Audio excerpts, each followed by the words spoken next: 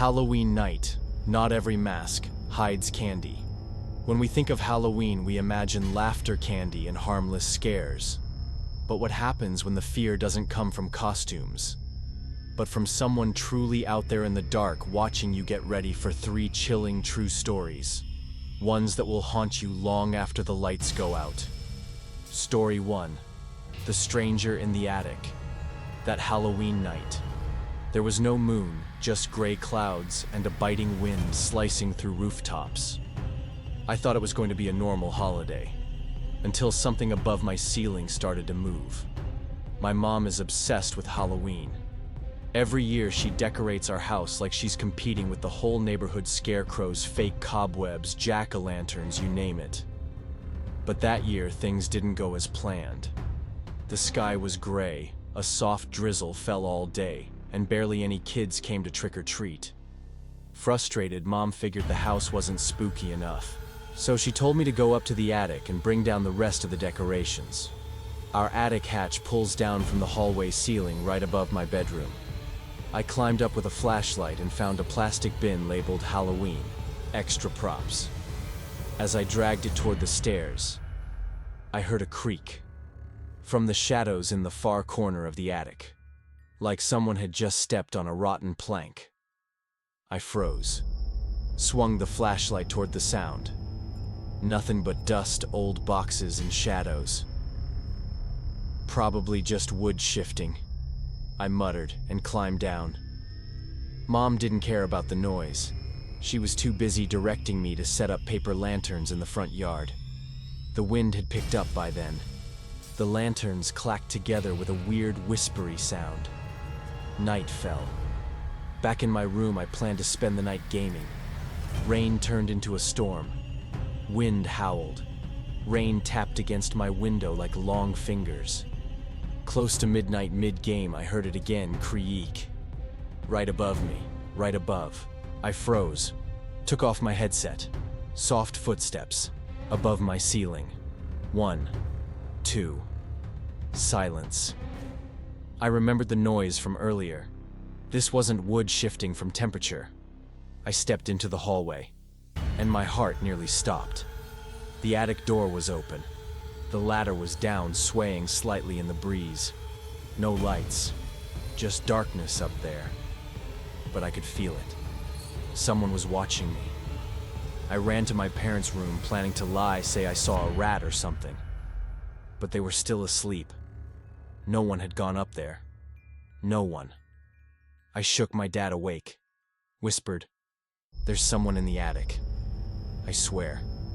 Dad's not fearless, but he's not a coward either. He grabbed his old police baton from under the bed, gestured for silence, and stepped into the hallway. Seconds later, he came back pale, his voice a whisper. "Someone's climbing down." He locked the door and called 911. I heard something crash in the kitchen like glass breaking. Then, silence.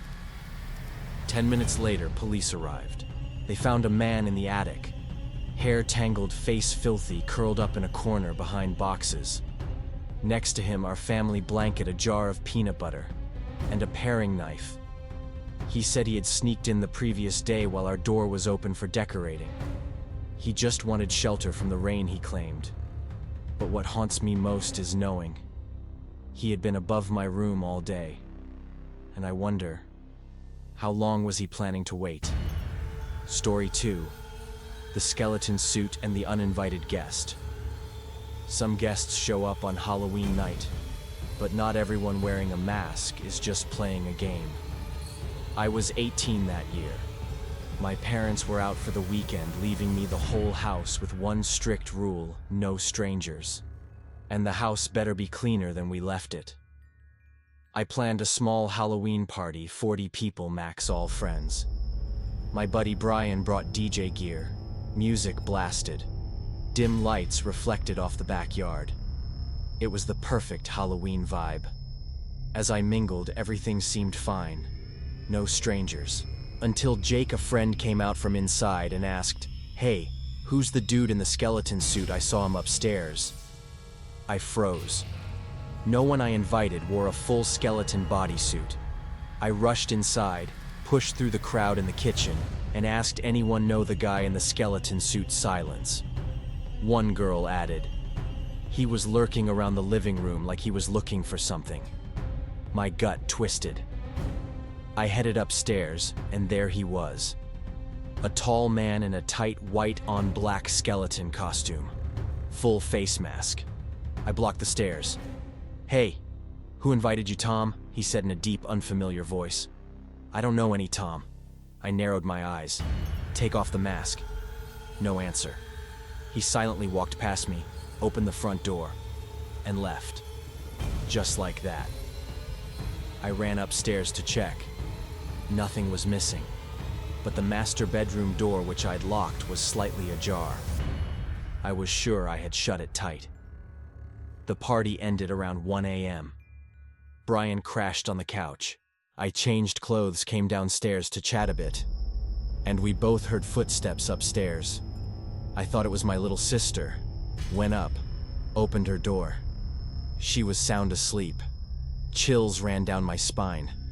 I checked my parents' room. The door was cracked open. I pushed it slightly. The skeleton man, still in full costume, standing, still, like a statue. I didn't scream, didn't run. I slowly closed the door like I hadn't seen a thing. Back downstairs, I whispered to Brian, "He's still here. Call the cops." I woke my sister, brought her to the kitchen. We slipped out the back around the fence and knocked on our neighbor's door. They let us in. We waited for police. By the time they arrived, he was gone. The master bedroom window was wide open. The safe in the closet had been tampered with. It looked like he knew exactly where to look. Not everyone wears a costume for fun. Some use masks to hide true intentions. And Halloween is the perfect time for predators to blend in with the crowd. Story 3: The Motion Light and the Man in the Dark.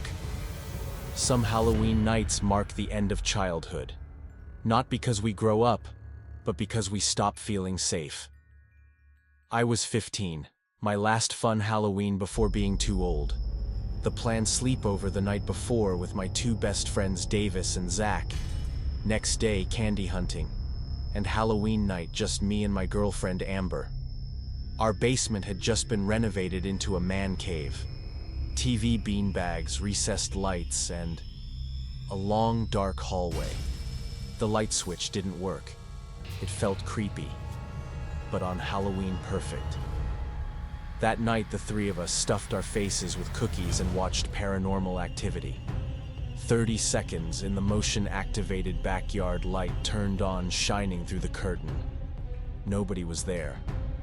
We waited for it to turn off and restarted the movie. 30 seconds later, the light turned on again. "Wind a cat," Davis guessed. I shrugged, but unease crept in. We checked. The yard was empty. We returned to the basement, shut off the movie, and doom-scrolled on our phones. Around 2 a.m., they were both asleep. I was still up. The light flashed again. I ignored it. I was tired. Probably just leaves. Next morning, Halloween day. Amber and I went trick-or-treating. Our bags were full. Near my house, something hit Amber's back. A rock. She screamed. A man, wearing a clown mask, stood in the street 10 meters away. "What the hell is your problem?" I shouted. No response, no movement. I pulled Amber away. He stayed still. We locked the doors. I made tea to calm her down. Then we went to the basement to finish our movie. Just as the character in the movie spotted a shadow. The basement lights cut out. Amber gasped. I jumped up. No wind, no rain, no reason for a blackout. I led Amber upstairs to check the circuit breaker located behind the house. The sliding door creaked open. Darkness. The motion light didn't turn on. Weird. I stepped outside. Crack. A twig snapped by the edge of the woods. Amber clutched my arm. I turned back to calm her and saw him, the clown-masked man, standing at the shed, still, silent, unblinking. I yanked Amber. We slammed the door, ran downstairs, hid behind the bar. Then it hit me. I hadn't locked the sliding door. A bang upstairs. Someone was inside. Amber couldn't speak. She texted 911, fast. We held our breath. Then footsteps on the basement stairs. Slow, deliberate, creaking. I gripped a broken beer bottle. If he came close, I'd fight. He paused, right near us. Then police sirens blared outside. I leaped up, swung the bottle, missed. He backed off. Same clown mask. But instead of attacking, he turned and ran. The back door slammed. He was gone. A silhouette can be a friend or a threat. A smile behind a mask can hide horrors. And on Halloween, not all laughter is innocent. What's truly terrifying is not the scream in the dark, but the silence, the eyes watching, that you can't see. So if your motion lights start flashing on their own one night, pray it's just the wind. If it's not, run. Run fast before it's too late.